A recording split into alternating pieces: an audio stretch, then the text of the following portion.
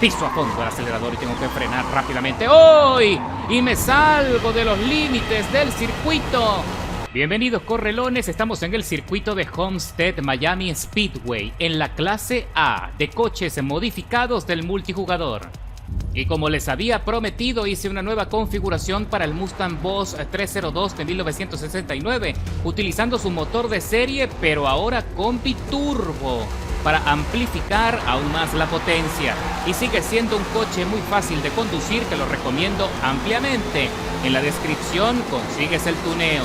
Empezamos fuerte, me voy por el carril central, vuelan los conos y ya empieza la pelea por traccionar los coches y recibo el primer impacto. Cuidadito en el corte a la izquierda, nos acercamos peligrosamente al Mazda y también le hago un contacto y casi lo pongo a trompear, pero el compañero Segul parece que tiene muchos problemas con la cola y se le tambalea muchísimo en cada curva. Ahí está danzando, tratando de traccionar, pero lo consigue, corrige bien, es un buen piloto. A mi derecha tenemos Alfa Wolf en el Mustang 68 también buscando los espacios para avanzar. Uy, el Mazda impacta al Supra. Tenemos al Mustang GT que se salió del circuito y regresa con dificultades. Se pelea el Supra con el Mazda de Segul y lo dejamos atrás. Y Segul ahora lo castigan con 2 segundos, 250 milésimas por contacto excesivo.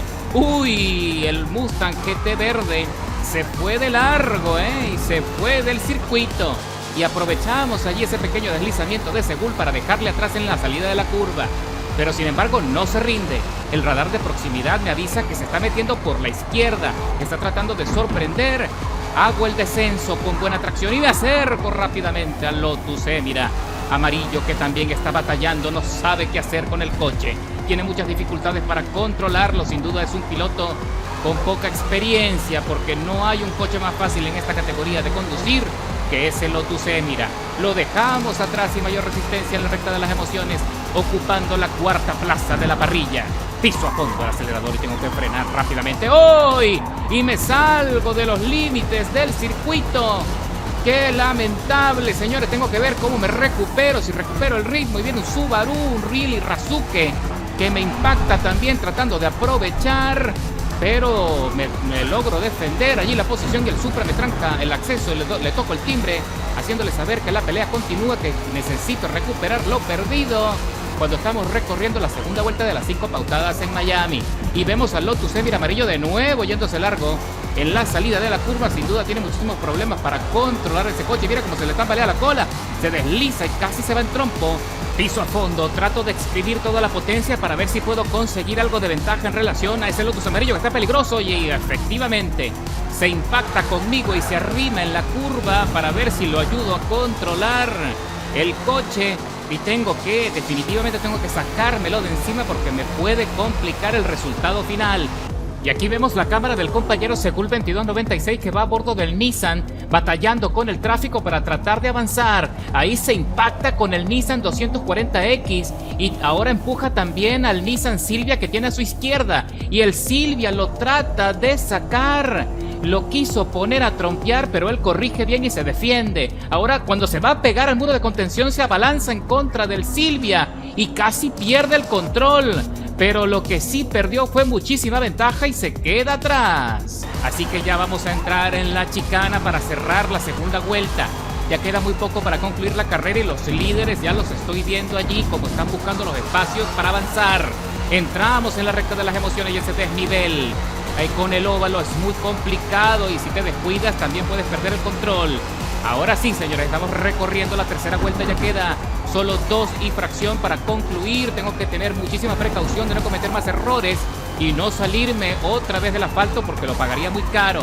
Uy, uy, uy, ahí vemos el Ginetta peleándose con el Alfa Romeo, creo que es el coche que va en la segunda posición. Ahí van los dos alineados. Vamos a ver si el Ginetta tiene suficiente potencia como para poder rebasarlo, pero parece que no. Parece que va a tener que conformarse por ahora con la tercera plaza. Trata de atacar por la parte profunda de la curva y no lo consigue. El Alfa Romeo 4C se defiende bastante bien y estamos aquí presenciando una pelea de titanes, de compactos europeos, y muy pronto me meto en la pelea para dejarles atrás en la recta.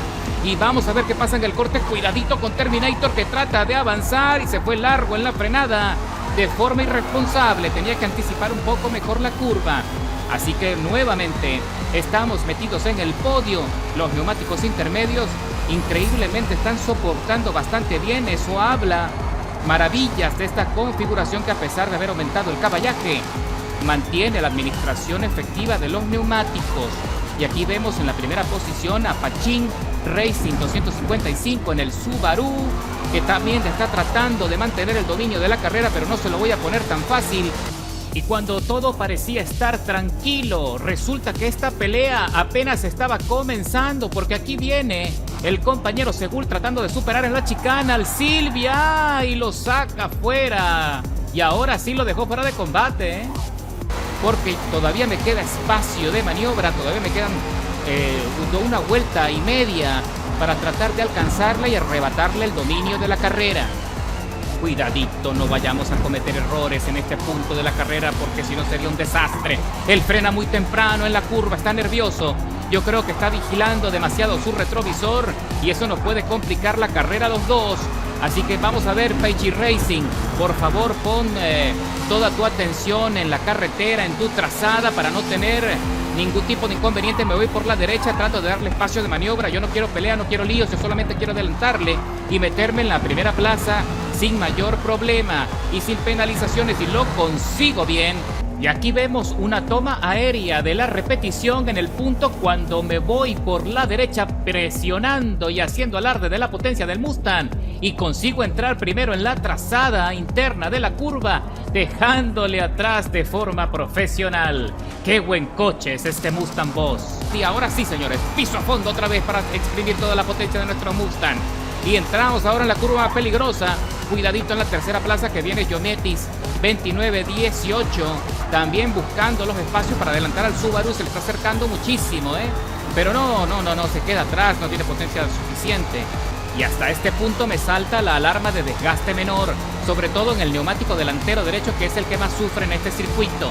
Pero no pasa nada, porque ahora es que nos queda grid para concluir la carrera. Incluso pudiésemos hacer otra vuelta de si fuese necesario. Pero ahora sí, señores, entramos ahora en el punto final, los últimos giros en la chicana, manteniendo la tracción, manteniendo el ritmo, sin errores, para consolidarnos con una ventaja aplastante, más de 5 segundos en relación a la segunda posición. Pachín Racing se tiene que conformar con la segunda plaza y nosotros con la victoria. 7 minutos 34 de contienda, escalando 13 posiciones, con el mejor tiempo de vuelta de toda la carrera, 1 minuto 27, 678 milésimas. ¿Qué te parece esta nueva configuración del Mustang Boss que vino a mandar? Sí, señor. Espero que tengas la oportunidad de probarlo muy pronto, porque de eso se trata, mis correlones. Hago estos videos y comparto las configuraciones para que ustedes también puedan disfrutarlas. Así que nos vemos en el próximo video y luego cuéntame en la caja de comentarios cómo te fue. ¡Buena suerte!